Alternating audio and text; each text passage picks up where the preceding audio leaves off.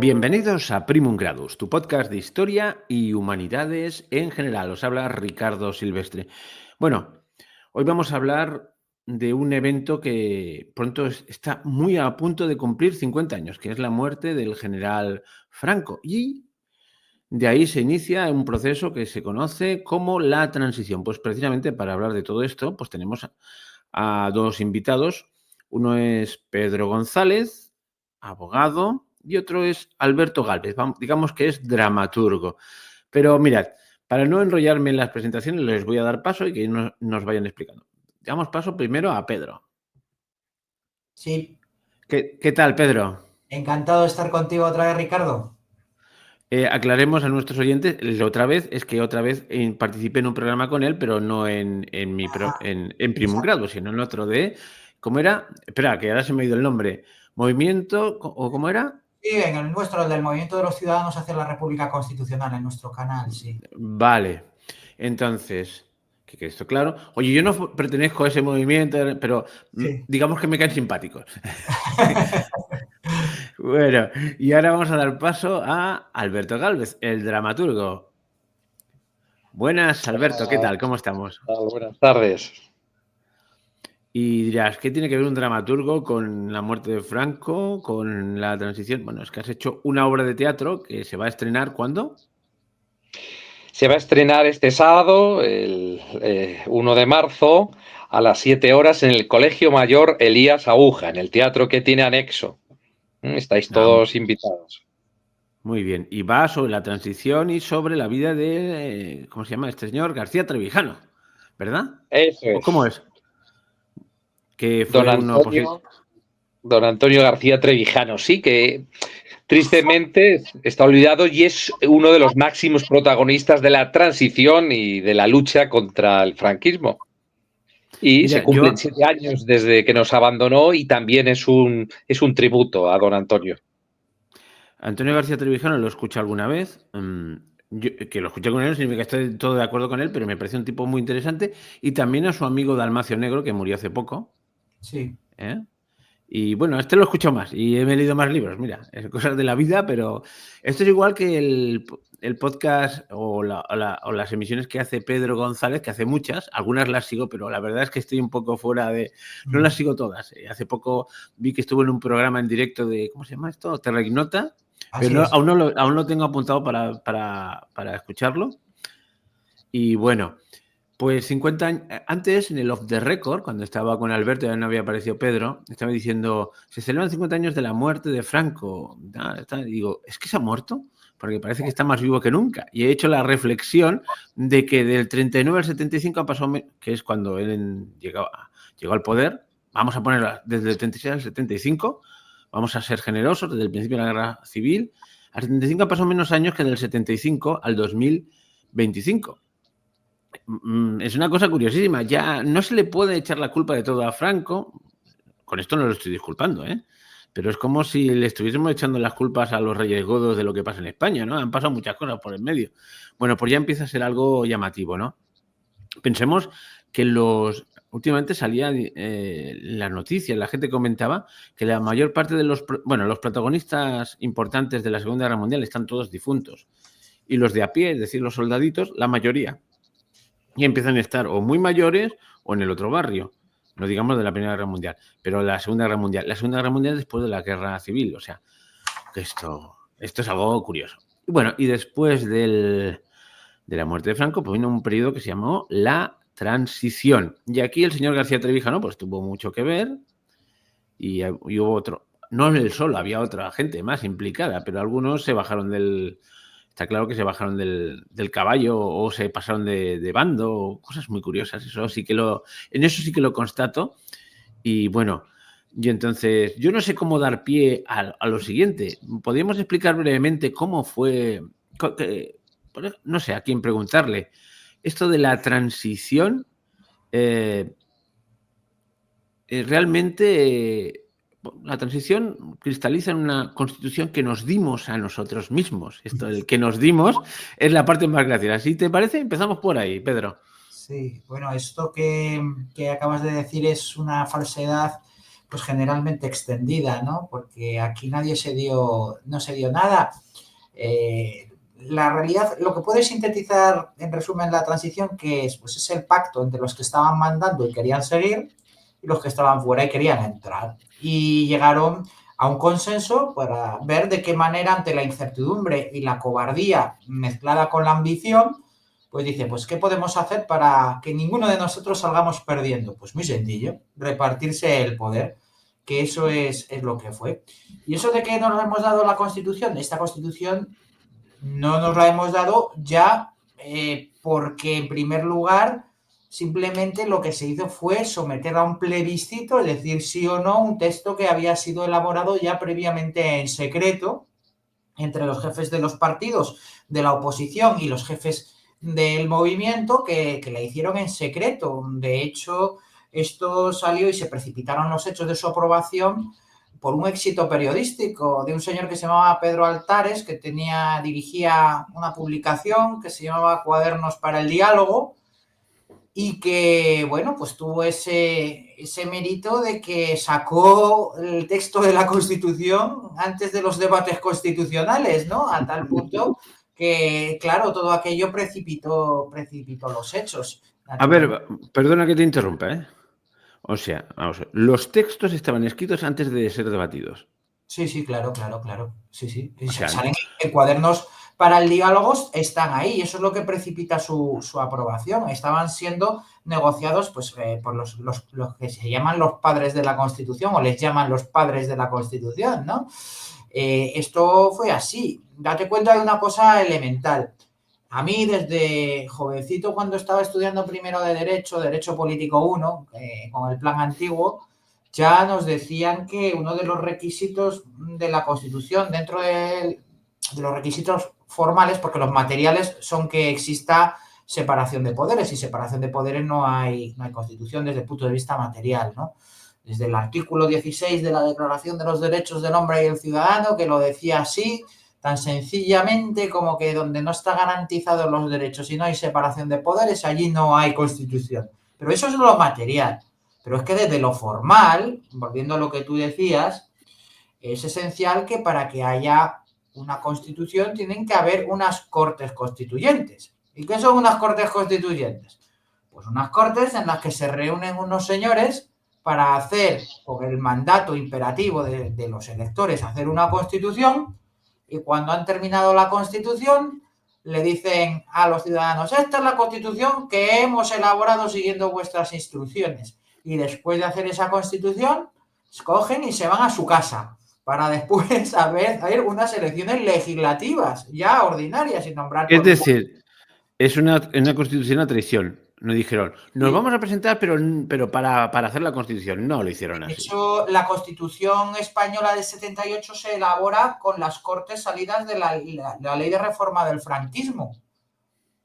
O sea, es que está clarísimo. Y son unas elecciones legislativas de las que aprueban una Constitución. ¿Eso dónde se ha visto? Que de unas Cortes legislativas, de unas elecciones, unas votaciones ordinarias para elegir un gobierno, supuestamente, elaboren una Constitución, ¿no? Eso es un sinsentido. Es un sinsentido, pero... Sí, perdona que puntualice, fue una Constitución gastronómica, ¿no? Sí. Porque primeramente se hizo en el Parador de Gredos, con las respectivas comilonas, y se remató entre Alfonso Guerra y Abril Martorell en el restaurante José Luis, cerca del Bernabéu. Yo os puedo decir que por eso esta Constitución tiene dos manchas en ella. Una es de merluza a la vasca, que le gustaba mucho a Alfonso Guerra, y cocido madrileño que pedía Abril Martorell a altas horas de la madrugada, ¿no? Se hizo en un restaurante. De hecho, en este restaurante José Luis hay una plaquita que así lo conmemora. Si queréis hacer turismo constitucional, podéis acercaros.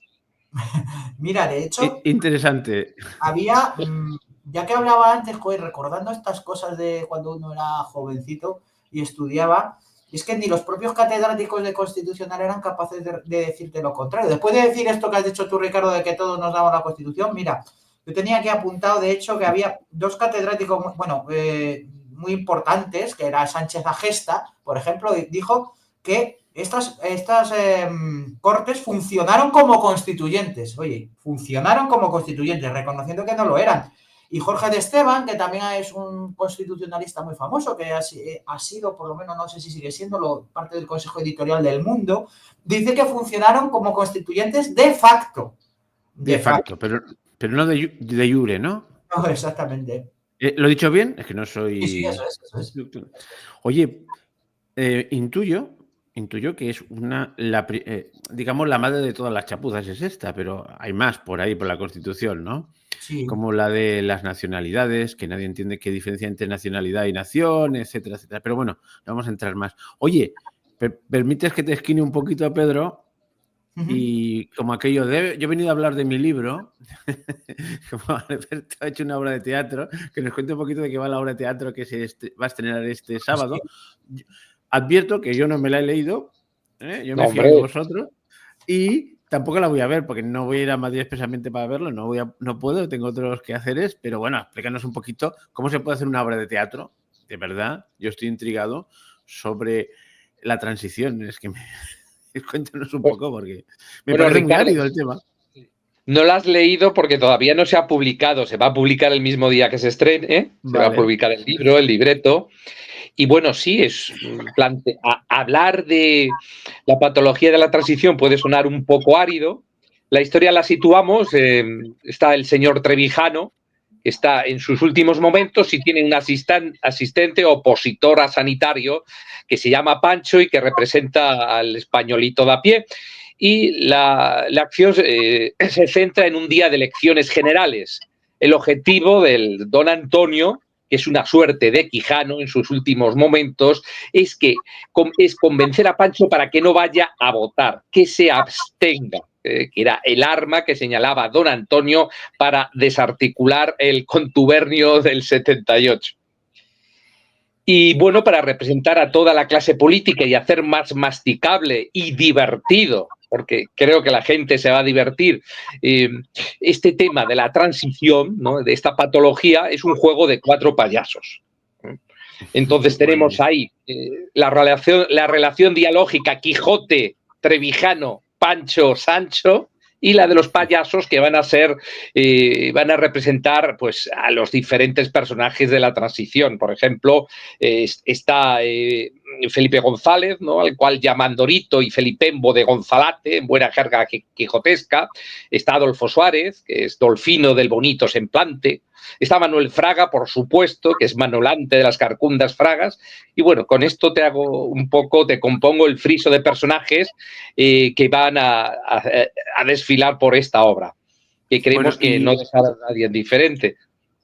Y en caso de denuncia tenés a Pedro que te podrá defender, ¿no? Hombre, vamos a ver lo que pasa. Delito contra el honor.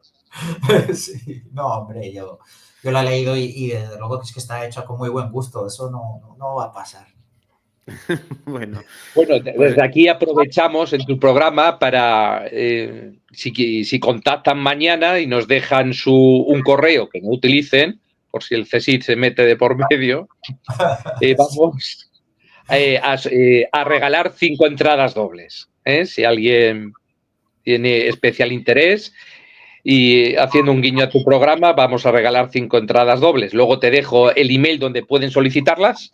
Y bueno. Vale, perfecto. Ahí al final brindes del programa, recuérdamelo, no vaya a ser que se me pase. Muy bien. Ricardo. Oye, pues ya con lo que has dicho ya me parece más interesante. Porque, hombre, si se le buscan las costuras, puede ser algo cómico, ¿no?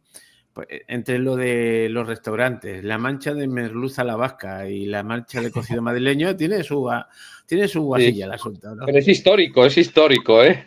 Ya no sé si lo mancharon o no, pero que comían eso por la noche a Abril Martorell y Alfonso Guerra, es cierto. Está todo documentado. ¿Abril Martorell estaba en las Cortes franquistas? Yo no sé si estaba en las Cortes franquistas, pero estaba allí negociando la Constitución seguro. Y Adolfo Suárez también, ¿no? Y Fraga. Era el negociador. Abril Martorell era el negociador de Adolfo. Sí, bueno, quiero decir. Estaba Ana de Miñón, estaban. Vale, entonces mi pregunta es: el Araquiri no fue tan Araquiri como. Araquiraron 2, ¿no? No, ni harakiri ni nada, ¿no? Aquello fue una transacción. A mí siempre me gusta llamar a la transición transacción, porque realmente fue eso, ¿no? No, es Vamos a que ver. lo digo porque oye, y estoy adelantando temas, me lo decís, porque primero lo de la harakiri, es como, es soltar el primer tópico, la constitución que nos dimos, y no nos dimos nada. No. Se la presentaron ahí y entonces te salía propaganda y dice, vota esto, si no vota esto, te lo ponían. Yo me acuerdo, yo era pequeño, ¿eh? No, evidentemente tenía 8 o 9 años, pero me acuerdo que era incluso cancioncita, tatán, tatán, tatán, tatán, todo era ¿vale? Vamos, que si no votabas eso es que es un tío raro, es que es raro, ¿no? La constitución que nos hemos dado, a decir que sí a lo que nos han dicho. ¡Oh, qué maravilla! 2, el harakiri. Primero, la constitución que nos hemos dado, pues nos la dimos de aquella manera. 2, el harakiri, no fue tan harakiri. Quiere decir que los mismos de antes siguieron después. Y el tercero no me acuerdo, pero ya saldrá ya. Vamos a ver, si es que tienes al secretario general del movimiento como presidente del gobierno, menudo harakiri más raro. Sí, o sea, es que sí. es Bueno, no creo que eso merezca mayor consideración, casi, ¿no? Es tan evidente. pero, Claro, bueno, hay otro el ruido tópico de que sables, Ricardo, el ruido de sables y el riesgo a una nueva guerra civil fue la gran amenaza, ¿no? La gran amenaza que plegó a Santiago Carrillo, Santiagardo de las mejillas bermejas en esta obra, fue el que le plegó ese miedo, ¿no? Ese miedo que Trevijano, que estaba en relación con todos los militares, y lo puede decir Pedro, sabía que no era así. Ese fue el gran engaño. Y aparte lo que tú dices, libertad, libertad y todas estas canciones y pueblo vota, pueblo vota. habla, pueblo, habla. Se me han Habla, quedado, o pueblo, sea, habla, efectivamente, cosa efectivamente. que un niño de 8 años no tiene por qué quedarse esas canciones, pero que te las ponían tantas. Libertad, libertad sin ira, y Claro, habla, pueblo, habla, no dejes habla, que nadie pueblo. tome tu Que palabra. sepas que los derechos de esa canción las tenía UCD. Y fue un encargo, al parecer, de Adolfo Suárez. Adolfo Suárez también fue, y que me corregí si no, director de la radiotelevisión Sí. española del momento. Era un hombre que sabía, o por lo menos No estaba sé bien si en aquel asesorado momento sobre lo era. comunicación. No sé si en Es aquel decir, momento lo era, pero lo fue en su momento. efectivamente, es decir, se apeló al corazoncito, pues eso, a la historieta, a la opereta, a la sensiblería democrático-libertaria, pero no había contenido ninguno, como ha dicho bien Pedro, no hubo proceso constituyente. Por tanto, esto fue una revolución, vamos, un cambio de arriba, de los de arriba, abajo, y un reparto del pastel, del cadáver exquisito, ¿no? En este caso, del cadáver del generalísimo. Vale, vale, pues eso cada vez lo tenemos más claro también. Es que yo no, ya te digo, yo no estoy en el movimiento este de por la República y tal, quiero decir, no, ya os digo que no estoy en vuestro movimiento, pero sí que a veces oía al señor Trevijano y al señor Dalmacio Negro, ¿eh? Y dice, oh, madre, en fin. Yo más bien tiendo a ser monárquico, pero claro, yo considero que aquí no hay una monarquía, aquí hay una cosa rara con un flor. Al final me van a poner a mí, yo voy a ir a la cárcel con un florero, ya está. Y buena parte de la transición se explica para salvar ese florero. Y hasta aquí. Bueno, más Es que que, para salvarle es él el que hace... el otro día me decía yo que hacía de árbitro del reparto, ¿no? Pero más que de árbitro hace... Porque un árbitro por lo menos te puede anular los goles, como me corrigieron efectivamente, pero aquí no, ni eso, hace de conciliador de la cosa, ¿no? Cataliza. Por eso la monarquía en España yo creo que ya, o sea, la monarquía no es salvable ya nunca, porque en aquel momento ató su destino a lo que tenemos ahora. Es imposible pensar lo que tenemos ahora con una monarquía. O sea, sin lo que tenemos ahora es imposible sin la monarquía, ¿no? Llegó un momento en que la monarquía quemó sus naves con la partidocracia, ¿no? Y la ligó su destino a la partidocracia de manera voluntaria y consciente. Entonces, claro, si ahora te quieres quitar de encima este régimen de partidos que tenemos, es preceptivo quitarte de encima la monarquía. No es una cosa que sea, quiere decir, un capricho esto de la república, no. De hecho, fíjate que tú, a día de hoy, estamos escuchando constantemente, y es otra de las falacias y las mentiras, que se dice que esta monarquía o es una monarquía constitucional o que es una monarquía parlamentaria, cuando no es ninguna de las dos. Porque una monarquía parlamentaria, el ejemplo paradigmático que tenemos es el de los ingleses, ¿no? El Reino Unido, que hay un parlamento que es representativo de los electores y entre ellos pues sale de ahí el premier, el primer ministro. No hay separación de poderes, pero hay representación. Eso es una monarquía parlamentaria. Y una monarquía constitucional es la monarquía en la que hay separación de poderes, como era la de Luis XVI, ¿no? O Luis Felipe de Orleans, que nombraban el ejecutivo libremente y por otro lado estaba separado el parlamento. Pues si vemos lo que hay ahora, no es ni una monarquía parlamentaria ni una monarquía constitucional. Entonces, ¿qué es lo que tenemos?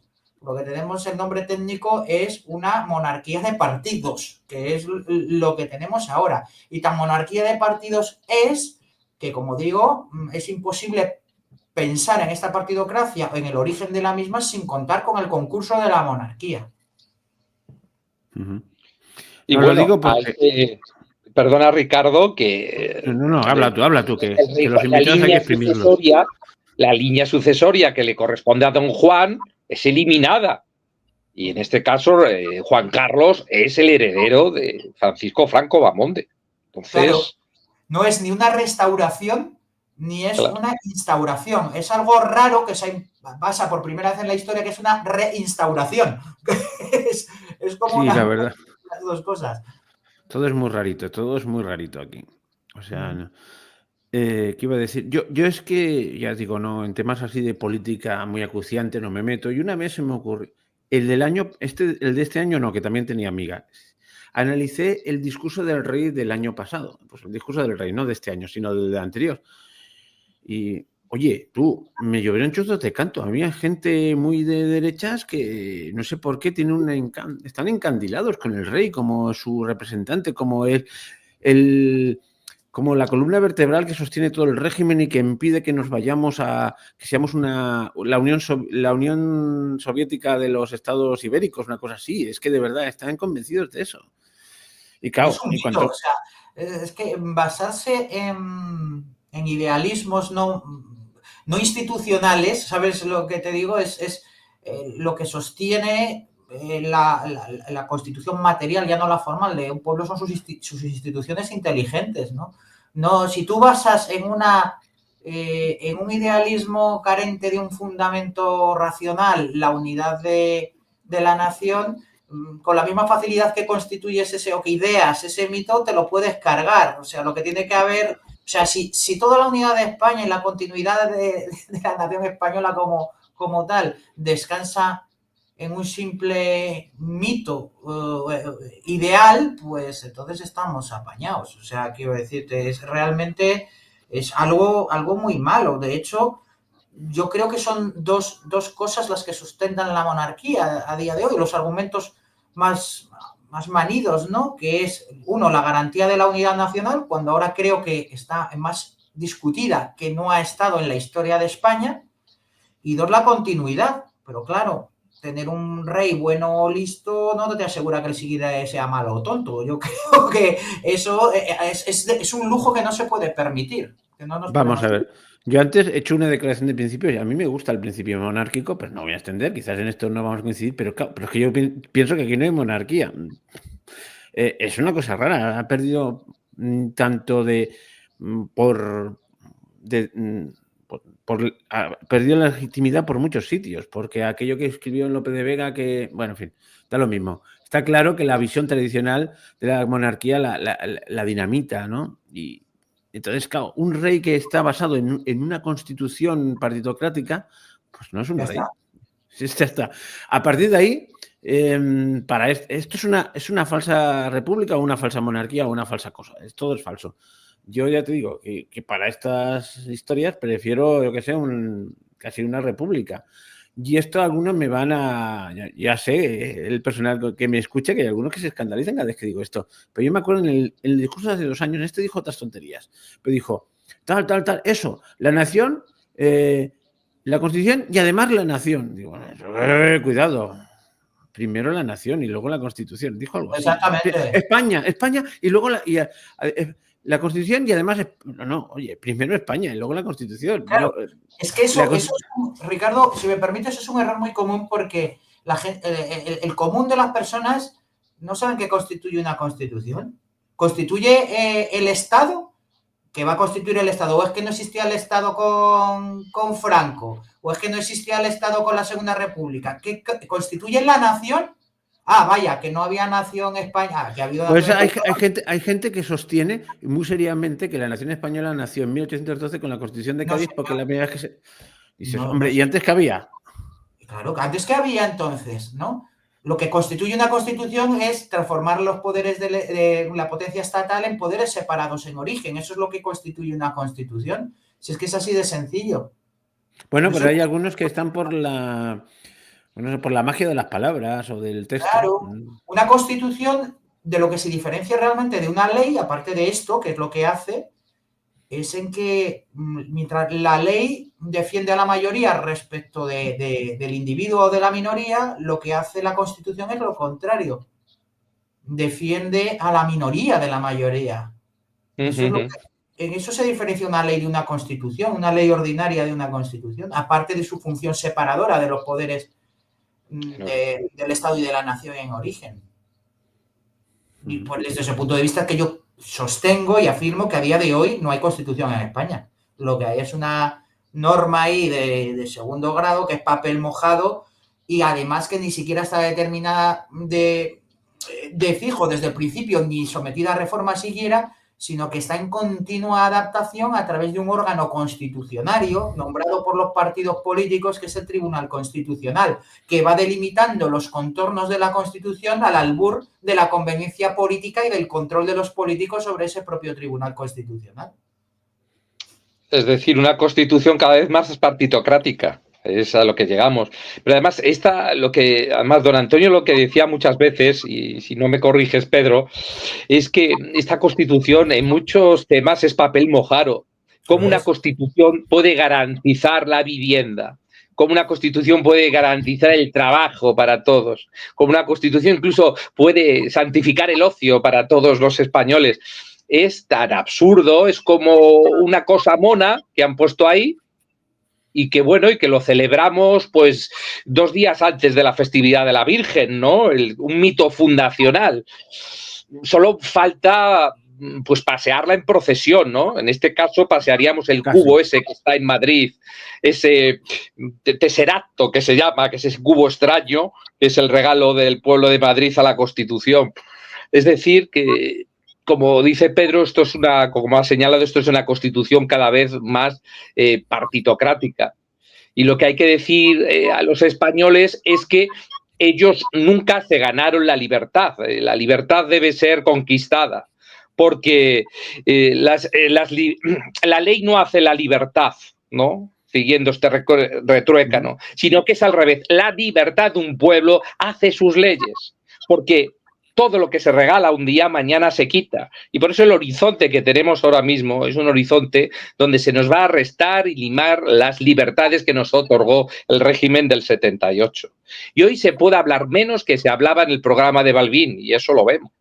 Y decir otra cosa a los que nos estén escuchando, y es una alienación que es terrible. ¿Por qué hay familias que no se hablan en Navidades por cuestiones políticas? ¿Por qué esa identificación con los partidos y con los líderes de turno?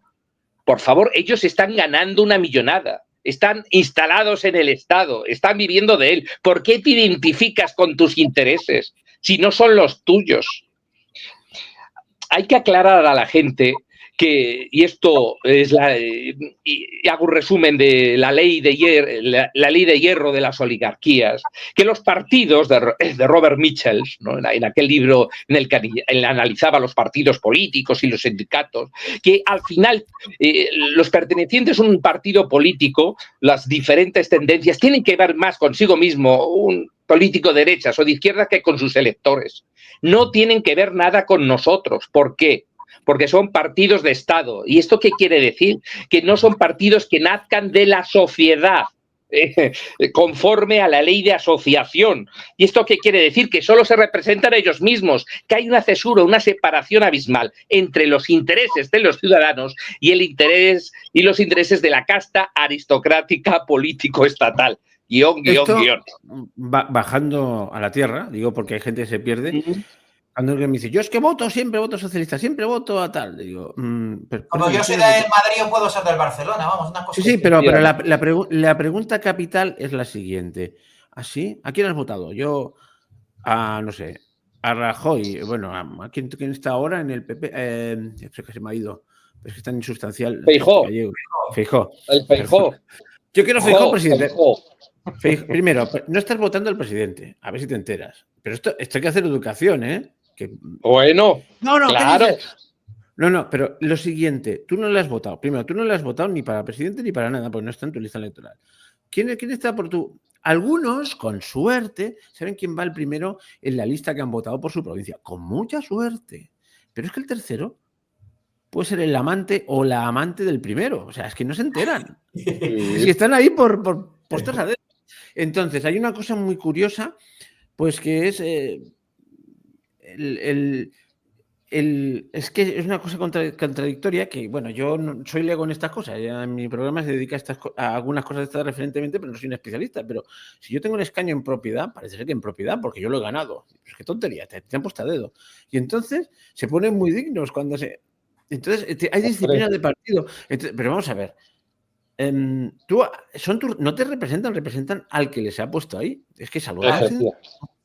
Representan al que les ha puesto ahí. Yo siempre lo digo que es el experimento que se podía hacer un año, que no se van a atrever a hacerlo. Es tan sencillo. Como en los consejos de accionistas, como los accionistas, ¿no? No, yo digo, coges la lista. En vez de hacer listas, que vaya solo uno, ¿no? El cabeza de lista, ¿vale? Y se vote solo a uno, por cada uno de los partidos. Y luego, cuando ya se cuenten todos los votos, si aplicas la ley de D'Hondt o el sistema proporcional, coges y haces las listas después. El Parlamento sería exactamente igual que con las listas de antes. Vale, ya te entiendo. Yo lo mío era más salvaje, era un paso más. Como las acciones, tienes tantas acciones, tantos votos, tantas acciones, y ya está. Y déjate de poner ahí tanta gente, sí, total. Sí, reparto del Estado. El Estado, el accionariado estatal, según los votos que has obtenido. Es decir, hay que decir claramente a la gente... Que no me gusta ese sistema, pero... No, lo ideal sería que el elector, bueno, vamos, no hay ningún sistema perfecto, pero me parece mucho más lógico. Lo que pasa, en otras cosas no soy muy anglófilo, pero en estas cosas sí. Claro. O anglosajón, o anglosajonófilo, como se diga. Pero esto de que en Estados Unidos un senador se deba más a sus votantes que al partido, me parece fantástico. Y digo, no, esto que tú me estás diciendo no me lo vas a imponer porque a mí luego no me van a votar. En eso creo que están mejor. De hecho, es que allí otra de las ventajas que tienen con todos los defectos que tiene la financiación de los partidos en Estados Unidos. Sí, que pues digo que no idealizo nada, pero en eso no supera. Al fin y al cabo ahí se ve muy claramente cuando un partido no es estatal, porque si os dais cuenta, nadie sabe quién es el presidente del Partido Republicano, o quién es el presidente del Partido Republicano o del Partido Demócrata, nadie lo sabe, porque son estructuras que entre elección y elección desaparecen, o sea, como si no existieran, y luego aparecen para servir de plataforma, de trampolín a los candidatos que se presentan, pero una vez que ha acabado el periodo electoral, el partido carece de ningún tipo de influencia realmente, ¿no? Porque quien tiene la influencia es el elector sobre su representante. Entonces, quiero decir, eso se ve clarísimamente. Sin embargo, aquí las tortas son a nivel partido, siempre. ¿No? O sea, de hecho, cuando ahora escuchamos, es muy curioso, porque aquí cada vez los portavoces del gobierno hablan en nombre del partido. Si os dais cuenta, están hablando no del gobierno, sino que están hablando de su partido siempre, no del gobierno. Bueno. Sí, don Antonio lo decía claramente en aquellos, en aquellos programas de La Clave de Balbín, ¿no? De San Balbín, que en paz descanse. Decía claramente por qué no hay democracia. Una, porque no hay separación de poderes y porque no hay representación directa. Nosotros no elegimos a nuestros representantes, sino que son elegidos por su jefe de partido. Y lo que decía Ricardo, efectivamente, el primero le puedes conocer, pero el segundo, el tercero y el cuarto seguro que ya no los conoce y pueden ser amantes o hermanos en el mejor nepotismo o como quieres. Es decir, nosotros no elegimos a nadie, refrendamos una lista realizada por el jefe de partido. Eso es obsceno. Eso no es democrático. Eso es una engañifa. Otra engañifa clásica es ¿por qué hay escaños azules en un mar de escaños burdeos? ¿Por qué? ¿Por qué la bancada azul? Te lo dejo ahí, Ricardo. La significación de la separación de... Es que claro. Sí. Es una condición in términis. El ejecutivo está... En fin, es tremendo, claro. Claro, no hay separación porque resulta que el legislativo está al lado del ejecutivo, el ejecutivo está vigilando al legislativo para que vote las leyes que ha introducido el ejecutivo dentro del legislativo. Ya sabes que la bancada azul, el azul es el color de los Borbones y eso fue impuesto por una serie de congresistas en los tiempos de María Cristina de Borbón, la difunta esposa de Fernando VII, del difunto Fernando VII, para distinguir a los gobernantes borbónicos que no habían sido elegidos por sufragio, en este caso censitario, para distinguirlo de los que sí habían sido elegidos. Es decir, vale, vosotros vais a estar aquí representantes de los Borbones, pero os vais a sentar en una bancada de diferente color, para que sepan todos, para recordaros que no habéis sido electos. Y de ahí el color azul de los Borbones. Pero esto nadie te lo dice. Sí, tú entras a la página del Congreso de los Diputados, ¿te cuenta esta historia? No. Y te diré más, de ahí viene lo de María Cristina. María Cristina me quiere gobernar y yo le sigo la corriente, ¿no? Viene de aquellos lados. Sí, porque era una burla que hacían, en este caso, los carlistas de los monárquicos y quizás los monárquicos del esposo consorte, que era un guardia de corps, ¿no? El esposo de María Cristina. De Borbón, sí, de ahí viene. Pero esto no lo ves en ningún sitio, esto hay que investigar. Estas cosas no interesa decirlas. Interesa que estemos pues, en este estadio de idiocia política, al final. Oye, pero ahora que has dicho de la idiocia política, de los reyes, de las cosas que no se saben, a lo mejor si doy un giro muy bestia al asunto, me lo decís y lo reconvertimos, ¿eh? Vosotros lleváis la... Pero a mí me da la sensación que últimamente se han roto, por intereses, evidentemente, muchos tabúes con respecto a la monarquía. Y me explico. Yo hace tiempo decía, bueno, el rey emérito no se lleva muy bien con su señora y duermen en camas separadas. Con perdón, dirá, ¿qué tienes que ahora, Ricardo? Estás diciendo temas de alcoba. No, estoy diciendo temas de alcoba. Pero es que digo, ¿y cómo lo sabes tú eso? Ya había en mi internet, digo, hombre, porque yo he visto en internet una doble página de una revista, creo que era chilena, en donde pone, en el hotel donde se hospedan los reyes duermen en habitaciones separadas. Digo, pero vamos a ver, esto es de hace tiempo y además me parece que con una tal cabaretera, bueno, una tal Bárbara, tenía algún asuntillo y con otras y no, eso es una... Y no salía de noche con la moto y no tenía nada que ver con el 23F. Y caramba, todo eso ha venido ya antes era intocable, aquí no se salía y ahora nos da la sensación de, además con nuestro amigo Pedro Sánchez, que a veces haciendo el ridículo espantoso, ya haces la pantomima, no hagas el ridículo de ponerse por delante del rey sin saber lo que hay que hacer y con la mano en los bolsillos. Es que ahora se dices, es que parece que es todo como una especie de conspiración republicana, pero de republicana de opereta, ¿no? No sé si os parece que hay una especie como de trasfondo antimonárquico, pero de un estilo muy diferente al vuestro, ¿no? Claro, pero es que eso es lo que tienes precisamente, es ese peligro, ¿no? Porque yo defiendo la República porque defiendo la virtud de la República por lo que es, no por oposición a la monarquía. Todos estos que yo les llamo monarquicanos, que son los de Podemos, los del PSOE, que son los republicanos oficiales de la monarquía, es decir, o sea, los que participan en la monarquía defienden a la república por lo que no es, por la oposición a lo que es la monarquía. Para ellos todo lo que no es monarquía es república, ¿no? Pero nosotros no, nosotros lo que defendemos es la virtud de la monarquía. Lo que tiene que tener es honor, que no lo tiene.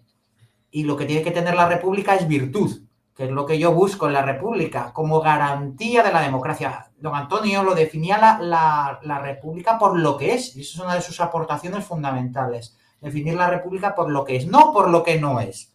Es decir, para don Antonio la república es esa garantía institucional, esa acción humana para la democracia a través de las instituciones que garantizan esa separación de poderes y el principio representativo, la democracia formal, que garantiza la democracia formal como garantía a su vez la democracia formal de la libertad política. La manera de controlar al poder, vamos, para entendernos.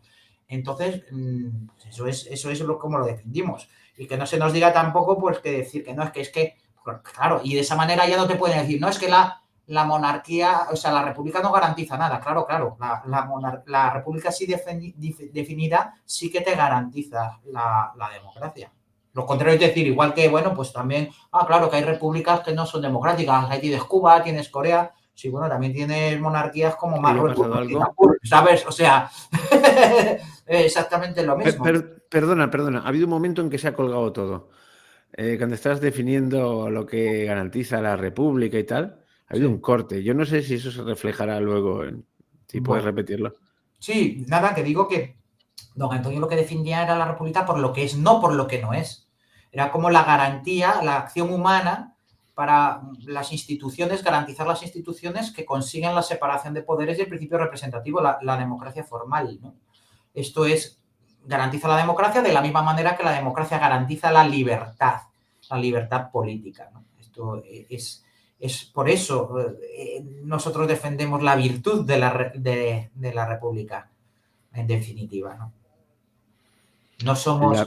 quiero decir, es que por mucho que se empeñen, los de Podemos son monárquicos. Y la gente se escandaliza cuando yo digo esto. ¿Cómo que?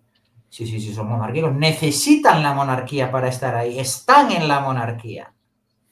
Son, como digo yo, monarquicanos. Les llamo así, de esa manera, despectivamente. ¿Cómo? ¿Quiere decir que si hubiese una república no estarían? Bueno, ellos ahora mismo no. Si hubiera una república constitucional, con separación de poderes y principio representativo, desde luego que no estaba Podemos como partido, seguro. Bueno, vamos, seguro, al 100%. Interesante. Yo creo, sí, yo creo que pero primero Podemos... Podemos... La clase política que hay ahora, no solo Podemos, ojo. Sí, Podemos surgió como un partido antisistema, un partido que quería asaltar el cielo del poder y que quería acabar con las castas. Y al final es otro partido estatal que vive del dinero de todos los españoles y han medrado a base de vender un discurso rompedor y sigue siendo otro partido de Estado.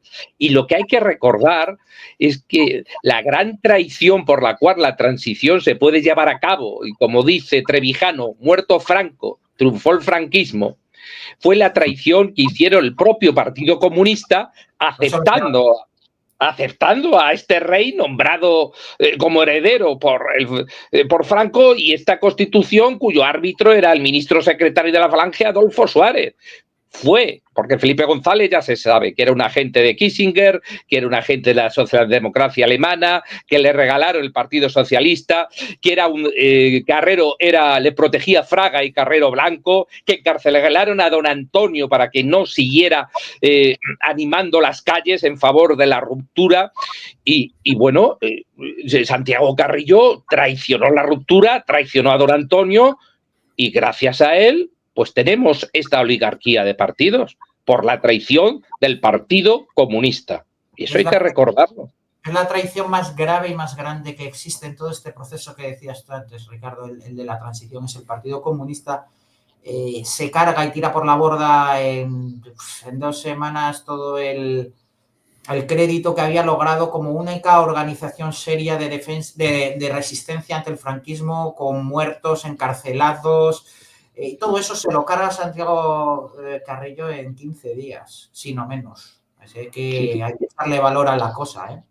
Oye, y esto hay que decirlo, traicionó a sus muertos, traicionó a sus presos. Mi abuelo era comunista, de Comisiones Obreras, íntimo de Marcelino Camacho. Le traicionó a todas sus víctimas. Además, de hecho, era la única oposición que existía. De hecho, al Partido Comunista, sino que me corrija Pedro, le llamaban el partido. Porque no había otro. El Partido Socialista del exterior no existía, del interior fue un invento. Un invento, pues eso, un invento de Carrero Blanco y de Manuel Fraga. Porque el sueño de Manuel Fraga era el siguiente. Él quería hacer pues otro sistema de la restauración en que su alianza popular sería una suerte de Cánovas de Castillo y los socialistas un nuevo Sagasta, ¿me entiendes? Un partido conservadores y liberales. Ese era el sueño orquestado, una nueva restauración. O sea, lo mismo de siempre, el invento de hace 80 años. Se quería volver a instaurar en España y seguimos viviendo en él. Eso sí, ahora el Partido Socialista pues vende este odio a Franco cuando ellos son eso es muy curioso, sí. A mí eso los me principales parece Sí, Pedro, por favor. No, que a mí eso me parece muy curioso y graciosísimo, ¿no? O sea, pues y además lo dice muy bien cuando dice vamos a celebrar los 50 años de Franco. Es que tenéis motivo para celebrarlo. Yo que sí. Bueno, repartió el poder con vosotros. Claro. Oye, yo quería hacer hincapié en dos cosas. Esto de recuérdamelo todo del 50 aniversario de Franco, que quiero decir una cosa que antes he reflexionado con él. Y luego, respecto a todo este sistema de partidos que has dicho, perdona, estoy cambiando de tercio, pero podéis ir por donde queráis. Pero yo a veces yo he conocido a alguna persona que intenta hacer un nuevo partido político y vamos, eso es estrellarse contra... Es como una carrera de obstáculos. Entonces, a mí solo se me ocurre una manera de hacer un partido político, es en plan kamikaze, yo sé que voy a perder las elecciones, pero por lo menos que se me oiga, puede ser una opción, pero eso no es... Pero es que yo creía que era una opción, pero es que me he dado cuenta que cuesta un pastizal montar un partido político, sacar un escaño cuesta, vamos, que... Es decir, el pastel está bien repartido y para que entre otro, pues tiene que hacer, vamos, que... Y duran poco. Véase caso de Ciudadanos, véase caso de Podemos, que está en las últimas, y Sumar ya se ha muerto. Quedan los de siempre. O sea, es una carrera de obstáculos en que jamás va a entrar otro nuevo. Entonces, vale, eso por un lado. Y por otro, digo, estos dos temas, los dejo aquí. Y luego otro, que con esto del 50 aniversario de Franco, las celebraciones y tal, esto de las consecuencias no deseadas y no imaginadas, o sí deseadas y sí imaginadas, que están consiguiendo que cuando un tipo miente más que habla y se pone a criticar a otro, pues la gente tiende a... Vamos, en definitiva, que han salido franquistas de 20 años y de 18 años, que es una cosa curiosísima, ¿no? Se ha conseguido el efecto contrario al que, o a lo mejor lo pretendía, porque también el que haya franquistas para él que se empeña en resucitar a Franco, pues le puede venir bien. No, cuidado, que viene la extrema derecha. No sé, ¿qué pensáis de todo esto, de un tema y del otro? Sí, bueno, en primer lugar, lo de hacer un partido y tal, el que dice esto desconoce lo que es la naturaleza misma del poder político. Y lo comentaba el otro día en otro programa, el que dice esto normalmente suele ser el mismo tipo de personas que dice que no entiende por qué el voto de un catedrático vale lo mismo que el voto de un señor que está en el campo con la azada y no sabe casi ni leer ni escribir. Desconocen la naturaleza misma del poder político y lo que es la democracia. El poder político es fuerza. Eso es fuerza, es una riada. Y lo que hace en esa riada, al separar los poderes del Estado y establecer la representación, es encauzar esa riada, esa fuerza política, esa fuerza social que es absolutamente incontenible. Lo que lo estás es canalizando, de tal manera que si tú y todas las gotas de agua, por muy pura o muy impura que sea, tienen la misma fuerza y bajan por ese torrente de fuerza política. Si tú te tiras como gota de agua a esa corriente con la intención de desde dentro hacer el salmón, ¿sabes? Pues vas a acabar muy malamente, ¿entiendes? Es imposible hacer eso, pero es ontológicamente imposible por el propio significado de lo que es y de lo que resulta la esencia de lo político. La política es la ciencia del poder y es poder social, ¿no? Entonces, claro, el que pretende cambiar el curso del devenir político integrándose en la misma potencia estatal que quiere combatir, lo lleva clarísimo. O sea, está condenado al fracaso y lo que hace es desconocer totalmente la naturaleza misma del poder político. Muy bien. Sí, en cuanto decías de esos, ahora que unos son franco y otros son antifranquistas, pues eso es una sintomología bien clara de la idiocia política de lo que hemos hablado. Vamos a ver, aquí se trata de echar cortinas de humo sobre lo que es el verdadero problema. El verdadero problema es que no vivimos en democracia. No hay separación de poderes en absoluto y cada vez se están juntando más. Y no hay representación directa. Nosotros no elegimos a nadie. Simplemente refrendamos unas listas. Y esto es muy importante porque si no elegimos a nadie, la voluntad general no se va a cumplir. Esto es, las casas cada vez estarán más caras, el trabajo será cada vez más difícil, el tamaño del Estado será cada vez mayor y el de la sociedad civil será cada vez más reducido a la nada. ¿Me entiendes? Pero, perdona que te interrumpa. Perdona que te interrumpa. Esto es muy serio, lo que voy a decir. Sí. La culpa de todo eso que está pasando es de Franco. ¿No? Y de los... Es lo que te va a... Perdona, claro. Era una humorada. Que estamos diciendo que hace 50 años Pero te que murió. sigo. De Franco y de todos los que se repartieron su cadáver, que se lo comieron, repartieron el Estado franquista. Es decir, lo que quieren hacer es vender su baratija política. Yo soy antifranquista. Quiere vender esa baratija política. Y yo soy antinapoleónico. Ahí quería yo ir. Y yo soy anti-Cromañón, yo qué sé, es que eran muy brutos. Y yo anti-Neandertal. Y yo soy anti-Jerjes, que invadió y destruyó Atenas. Y podemos así poner... ¿Pero qué es esto? ¿De qué hablamos? Porque es una cortina de humo en el que quieren vender su baratija política y quieren tenernos en la inopia de lo que está pasando. Coño, que no hay democracia. Coño, que cada vez tenemos menos derechos políticos. Coño, que cada vez... somos más pobres energéticamente. Es decir, cada vez la factura de la luz está más cara. Joder, vale, la factura de la luz está más cara. ¿Y por qué los anteriores presidentes, llámense Aznar o Felipe González, se sientan en los consejos de administración de compañías eléctricas? ¿Qué está pasando? ¿Qué es esto? O sea, hay una oligarquía económica, una oligarquía política y en lo que a mí respecta también una oligarquía cultural. Y estas oligarquías culturales pues se valen de todos los medios de comunicación que financian pues para mantenernos en esta idiocia y en esta idiocia política. Y que nos hablen de Franco, antifranco y demás. Por favor, nos tratan como imbéciles y lo peor es que nos gusta. Oye, perdona, ahora de toda esta arenga que has puesto, yo no sé si poner pitidos, ¿eh? Pi, pi, pi, cada palabra que... Bueno, no lo voy a hacer. Mira, la cuestión es muy sencilla. Pondré no escuchar en horario infantil. ¿Qué iba a puede decir? Estar divertido, ¿eh? Lo de los pitidos puede estar divertido. No, mejor no. Que cada cual ponga el pitido lo que crea. El problema es la relación de poder y sigue siendo exactamente igual que como era antes. La diferencia entre lo de antes con Franco y lo que hay ahora, en sustancia, es cero, en tanto que, bueno, que antes sí había un partido solo en el Estado, que era el movimiento, y un sindicato en el Estado, que era la Falange, y ahora hay varios partidos también en el Estado y varios sindicatos, pero también en el Estado, ¿sabes? Entonces, pero la relación de poder es exactamente la misma. Los sindicatos, porque los partidos ya nos hemos metido con un patrimonio bestial, pero bestial, hay que ver los edificios que tienen, por lo menos en Barcelona y en Madrid me imagino que también, y digo, bueno, se lo han currado, y en fin, y representan a los trabajadores, también nos representan, sí, sobre todo los mayoritarios. ¿Qué iba a decir? Pero hay tres poderes, pero ¿sabéis? El legislativo, el judicial, no los digo en el orden, no sé si tiene algún orden, legislativo, ejecutivo y judicial, pero habéis olvidado de algo fundamental, el cuarto poder, que hoy es más independiente que nunca. Seguramente, esto que estáis aprovechando este podcast, que por mucho que me esfuerce yo es minoritario, yo no sé por qué estáis aquí cuando podéis ir a, pues yo qué sé, a Televisión Española, a Antena 3, a Telecinco, y ellos darán cancha, ¿no? Sí. A la BBC. También nos han llamado de la BBC, de la CNN y de cuando más. Espero que la gente entienda la ironía. Claro.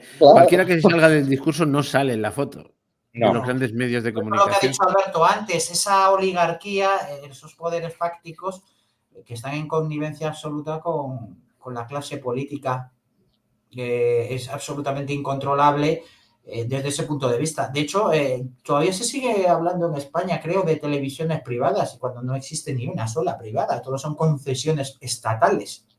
O sea, eso, y la radio y el espacio radioeléctrico exactamente igual. Ahora con internet y estas cosas, pues hasta donde te dejen. Hasta donde nos dejen, ahí lo está. Porque la guerra contra la desinformación y los bulos hace que haya una especie de inquisición llevada a cabo por, bueno, No nos vamos a meter con que nos tendríamos que meter, que es la inquisidora mayor del reino, que tiene una compañía dedicada a decir quién dice la verdad y dice la mentira, cuando su marido es un periodista que está pontificando todo el rato. Es algo horrible, es... Orwelliano, el Ministerio de la Verdad. En fin, Sí, por sí, favor. pero con un Ministerio de la Verdad con una concesión privada a una... Es que es algo... ¿Cómo se llama? ¿Cómo se llama? Neutral. Encima el nombre parece de cachondeo. Bueno, Sí. ya lo tenía que decir.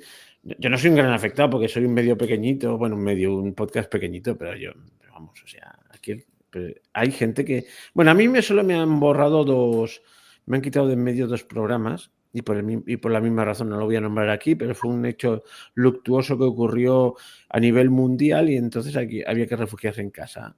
Y que conste que jamás negué la mayor de que no existiese la causa, pero yo simplemente ponía en duda la coherencia de algunas medidas. O sea, yo no negaba nada, fui cauto. Aún así, si no te dieses al discurso oficial, ¡paf! Pero además con meses de retraso, digo, ostras, siguen buscando por ahí. En fin, he aprendido que hasta yo, que soy nadie, tengo el peligro de que algún día ¡paf! Me vayan a por mí, ¿sabes? En efecto, si es que además el oficio periodístico es descubrir al poder, criticar al poder, y ahora no, es alabar al poder y defender al poder, y nos lo estamos creyendo. Es decir, cuando desde la televisión española, sí, ¿por qué no lo voy a decir? Se dice que hay que luchar contra los bulos, pero vamos a ver, ¿quién va a luchar contra los bulos? ¿Con una televisión que es financiada por el partido gobernante? ¿Tú hablas de bulos? Tú estás creando la verdad afín al gobierno, y todo lo que sea contrario a esa verdad afín al gobierno es bulo. Oye, ese es el axioma. ¿Habéis visto algo más antiperiodístico que una rueda de prensa? Es que yo, si fuese un periodista, no iría. Total, ya me enteraría por lo que han dicho, por lo que publican otros, que van ahí a hacer las preguntas porque yo sé que si voy a hacer la pregunta capciosa bueno, no capciosa, no es la palabra, la pregunta inteligente. Oportuna, la pregunta oportuna. Sencillamente me va a ignorar. O para tus lectores. Y todos los demás teóricos periodistas van a callar como esas señoras que tienen por oficio callar. Hay una cosa casi más inútil, que son las comisiones de investigación. Bueno, hay una anécdota de Napoleón, que no sé si es cierta, que decía, y este tema y tal, y dice, bueno, nombraremos una comisión para investigar el tema. No sé si llamaba de investigación, cuando quería una cosa que, no es una comisión. Es que es absurdo. O cuando se mandan expertos al Senado que es absurdo, ¿no? Claro, es que cualquier día, con uno de mis colaboradores habituales, una vez hicimos un programa sobre leyes absurdas y cosas absurdas, claro, desde decretar juzgar a Dios en el Parlamento soviético y fusilarlo simbólicamente al cielo, a juzgar a ratas en la Edad Media, o no sé qué animales juzgaban, son cosas de estas, o sea, pero que se han pensado que es un parlamento que va a cambiar no sé, es que hay cosas que no tienen ni que discutirse, pero bueno, en fin. Perdona, que me he ido del tema. No ha sido de tema. Es que, fíjate hasta qué punto no ha sido de tema, que eso es uno de las cuestiones que gravitan esencialmente sobre la cuestión de la representación política. Porque igual que dices que hay leyes ridículas, la gente se escandaliza cuando hay sentencias igualmente ridículas y un juez dice una tontuna. Pero es que, claro, hay una cadena, ¿no? Que la cadena es la necesidad social que surge de una norma y la información que necesitas para que se legisle de una manera que hay esa coordinación entre el legislativo y la necesidad social de una norma. Si no hay representación, está rota esa cadena, no llega al legislador la información útil, necesaria, que está dispersa en la sociedad. Es imposible. Y entonces se cristaliza en una ley absurda y el juez lo que hace es, por el imperativo del principio de legalidad, aplicar esa ley absurda y te sale que es un churro. hay una cosa. Mira que ahora ha habido juicios que es para ponerse en primera fila comiendo palomitas, como el del hermano del presidente que está diciendo que no... Bueno, las declaraciones chuscas y tal. Pero paralelamente a este, que tiene su gracia porque para no llorar, aquel de... ¿qué es lo que hacía? ¿Dónde está en el despacho? Pues supongo que allí. No sabía ni dónde tenía el despacho, una cosa tremenda. O sea, en fin. Pero ese lo entiendo, ¿vale? Pero es que hay otro juicio que se está dando ahora, que también está dando mucho que hablar, y uno cuando sabe que la justicia va lenta porque está sobrepasada, porque tiene muchos casos, dice, claro, es que si se pone a juzgar estas tonterías, estoy hablando del juicio a Rubiales, el dichoso besito, ¿vale? Que ha sido magnificado. Bueno, la misma interesada al principio no le da importancia, pero luego se dio cuenta que tenía que darle importancia para no... Una cosa tremenda.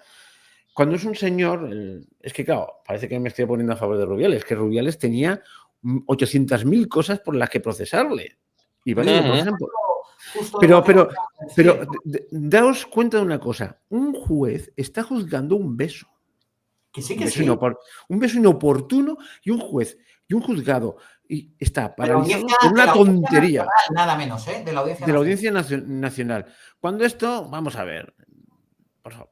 Pero es que además, perdona, que es que yo no soy jurista, pero es que cuando por un beso se hace esto y se destituye a una persona por un beso, ¿vale? Que es un momento de euforia. ¿Qué pasa? Es que yo pienso que las cosas han de ser graduales. ¿Qué pasará si este tío hubiese hecho otra cosa mucho peor? Ya, en ese sentido, pero mucho peor, pero muchísimo peor. Pero eso es lo que te acabo de decir. Claro. No hay una necesidad, la norma no se ajusta a la necesidad social, sino a la necesidad de mercancía ideológica del partido que legisla. Porque esa información, o sea, la ley lo que hace es coordinar las conductas sociales. Coordina las conductas sociales porque hay una necesidad social y hay una información de esa necesidad social que no puede ser nunca recogida desde arriba por un órgano centralizado ideológico que es un partido político, sino que tiene que haber un representante pegado a esa necesidad social que transmita esa necesidad social. Eso es la representación. Entonces, ¿qué tienen los partidos políticos? Necesidades ideológicas, de vender mercadotecnia ideológica. Y entonces, lo más absurdo, lo más hiperbólico, lo más descabellado, lo que más subraya su diferencia ideológica, lo convierte en ley, sin ninguna necesidad de satisfacer esa coordinación social, esa verdadera necesidad social que existe debajo. Y pasa lo que pasa. Y luego llega un juez, como es ley positiva, la tiene que aplicar. La tiene que aplicar. Y pasa eso que me acabas de comentar tú, Ricardo. Es que esa es la razón. Pero ya un juez de la Audiencia Nacional juzgando un beso. Que sí, es una ley que tiene que obedecer, que tiene que aplicar. Si el problema está, ¿por qué está esa ley que le lleva al juez a dictar una sentencia conforme a ese presupuesto del criterio de legalidad? Que conste, y vaya esto por delante, de que si le hubiese dado un bofetón sobre la marcha, se lo hubiese tenido merecido este hombre, porque eso no se hace. O sea, no estamos defendiendo, pero vamos, o sea, debe ser proporcionado, porque hay delitos mucho más graves que se subsanan, en fin, es algo terrible. Pero es la sociedad del espectáculo, ¿eh? En la sociedad del espectáculo, pues esto tiene mucho tirón mediático y ellos venden su mercadería política de ser defensores de las mujeres. Y es así. Entonces, esto existe porque existen las pantallas, ¿no?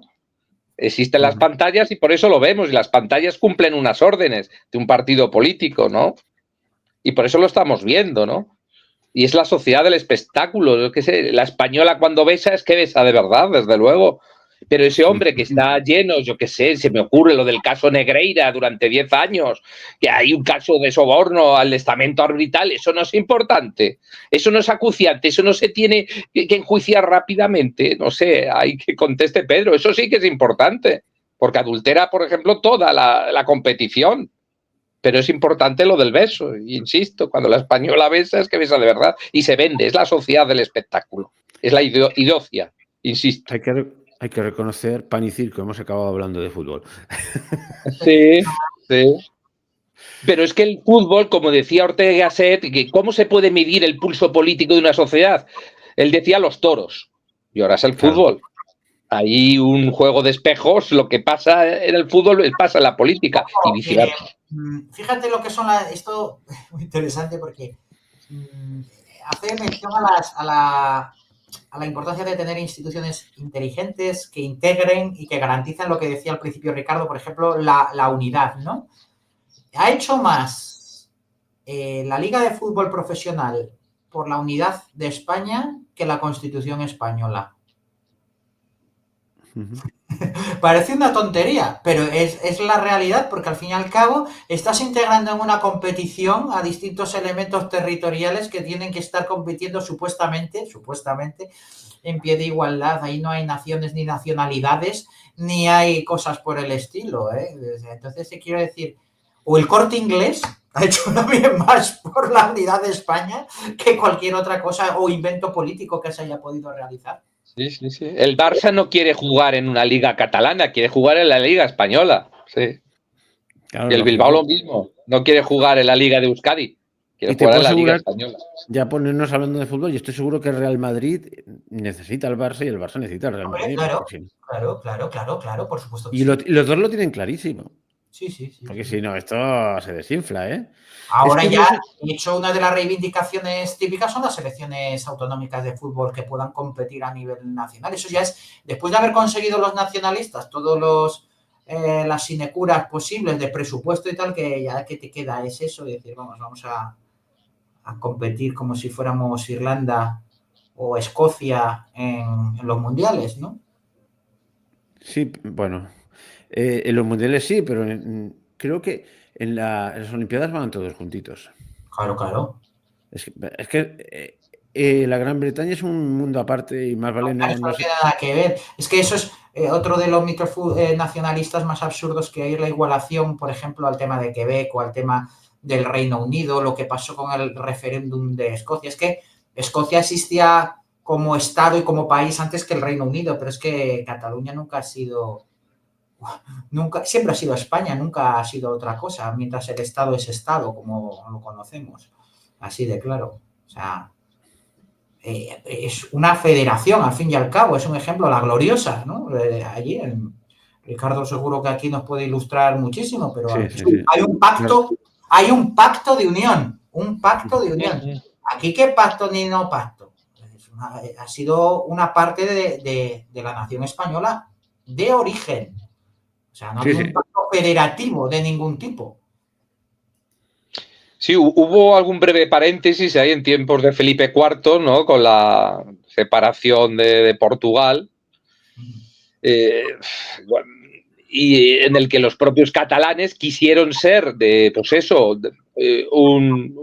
un territorio deudo de la monarquía francesa, y los propios catalanes dijeron: estábamos mejor con los españoles, que estos señores nos están primero friendo impuestos y nos están prohibiendo el catalán, ¿no? Hubo ese interregno que, digamos, sí se puede señalar ese momento en el que sí se separó de España y quisieron volver.